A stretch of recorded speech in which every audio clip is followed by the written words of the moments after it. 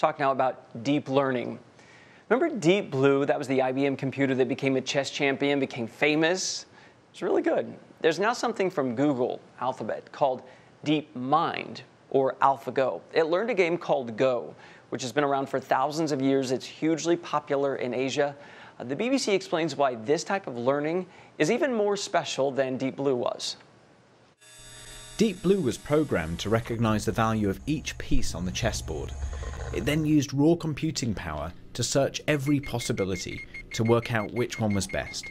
AlphaGo teaches itself to play the game by watching thousands of others, playing matches against itself and learning from its own mistakes. There's a whole movie about this new development. When they talk about its scope, it's incredible. A computer sucking up all of this data and then thinking about how it wants to use it. Everything we've ever tried in AI just falls over when you try the game of Go. The number of possible configurations of the board is more than the number of atoms in the universe. AlphaGo found a way to learn how to play Go. So far, AlphaGo has beaten every challenge we've given it. But we won't know its true strength until we play somebody who is at the top of the world, like Lee Sedol. Guess what? AlphaGo won the tournament. Nobody controlling the machine at the time or programming every single thing that it's going to do. It taught itself how to beat the smartest, most winning player in the world. The implications for something like this, it could be years away, admittedly.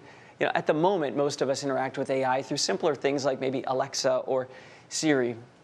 But how will you deal with future AI that could be teaching itself, telling itself what to do in your home?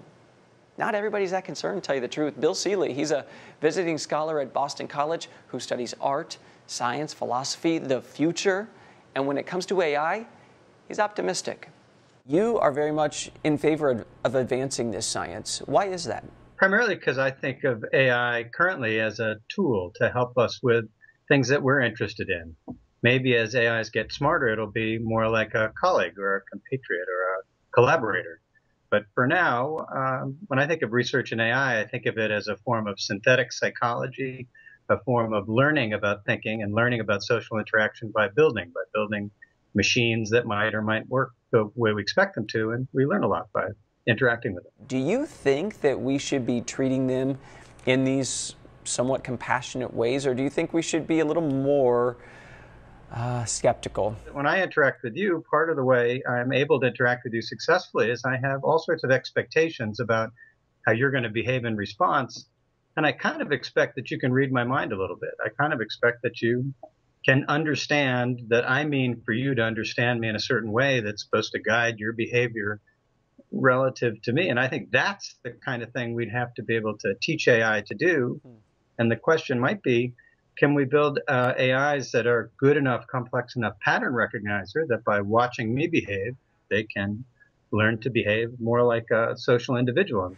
I imagine part of that would be a code of ethics. And I've seen an uptick in discussion about actually when you're coding, scientifically, doing a code of ethics. Do you think that that's possible with AI, and would you support that? That's a question about whether theories of morality, theory of ethics, can be deconstructed in a computational way, whether there's a way to sort of think of them as variables for computing answers. And some philosophers have been pretty skeptical about that because they want to think human value is somehow special. But maybe there's a way to think of moral behavior in a computational way. Where is the line between humanity and AI? Maybe the question we might ask is what makes something a person. And so maybe the question is whether or not there's a computational decomposition of what it would be to have those kinds of goals that would enable us to think of computers as persons. And I suppose there's a question after that.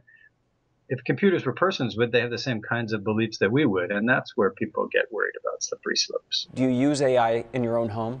I don't use AI in my own home other than in the research I do on machine classifiers to recognize artworks, and that's just research work. It's not for playing around, but not because I have an objection. I just don't have a reason to. Do you think it is unethical or philosophically wrong to kill artificially intelligent machines if they are in fact infused by some sort of human, code? If the machines were genuinely rational moral agents, which is the suggestion that we would have to sort of figure out in order to have an integrated community with these machines, then we would probably approach that problem the same way we do with people who are like us.